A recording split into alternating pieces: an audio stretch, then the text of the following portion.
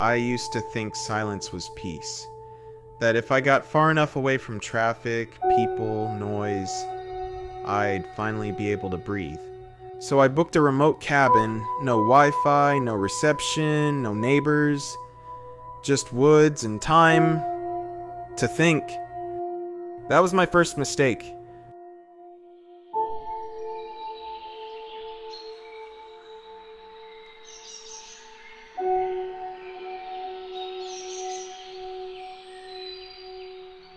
I got there just before sunset.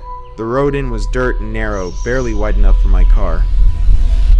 The cabin was small. One room, creaky floorboards, an old fireplace. Nothing fancy, but it was perfect.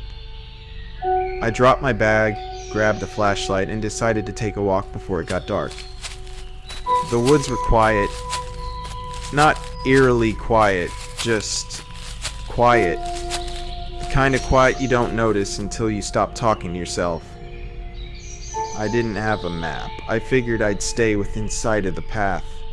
Just 30 minutes out, 30 back. It is simple.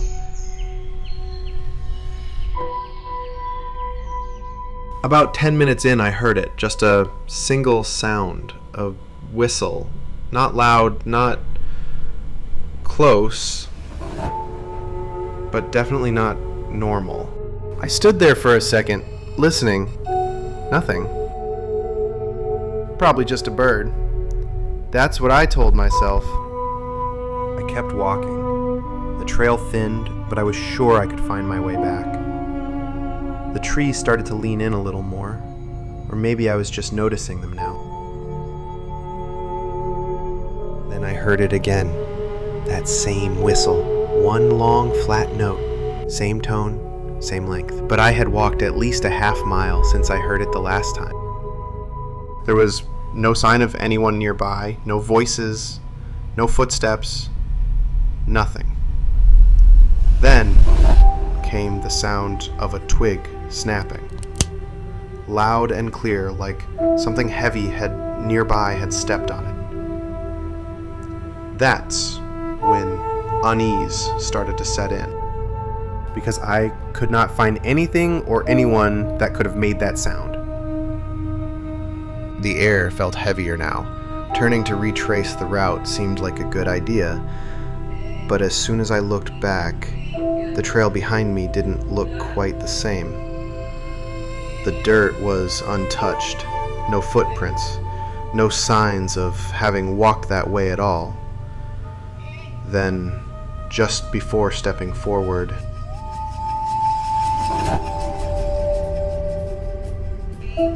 this time, it sounded closer.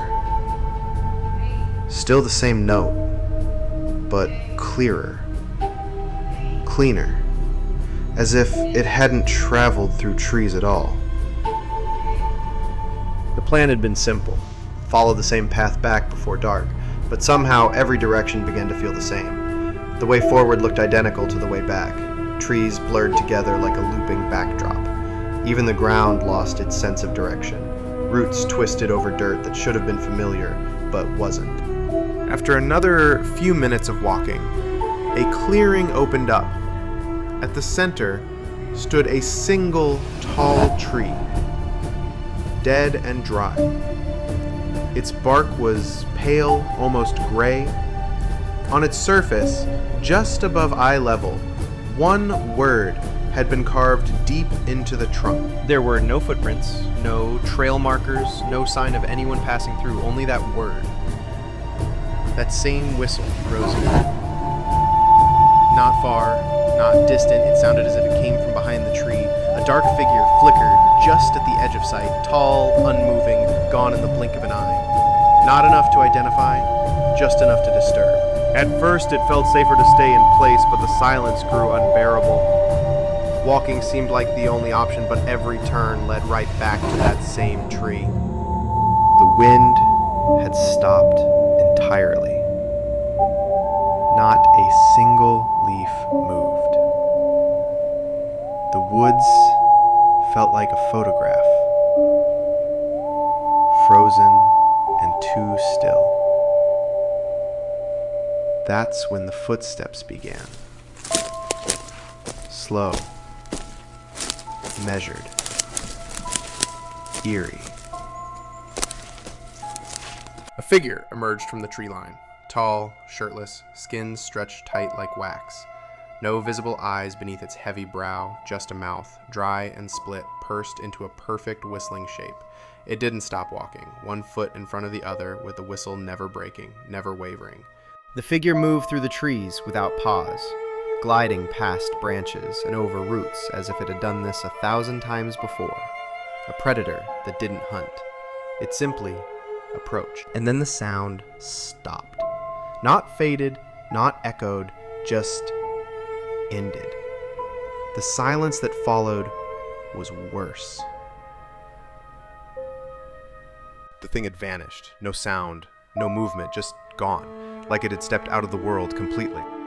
Every direction had been tried. Every turn, every straight line. But no matter where he went, it always ended at the tree. The same one. Same pale bark. Same carved word. Follow. The sound had returned. Not out loud. Not in the trees. Inside.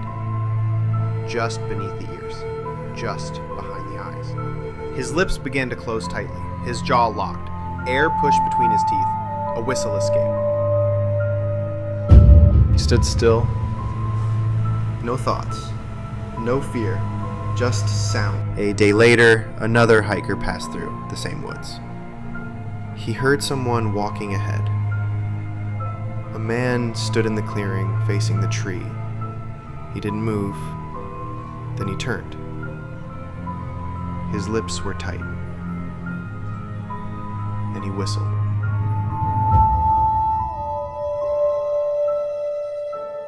The hiker froze. He didn't know why. But he stopped walking and listened.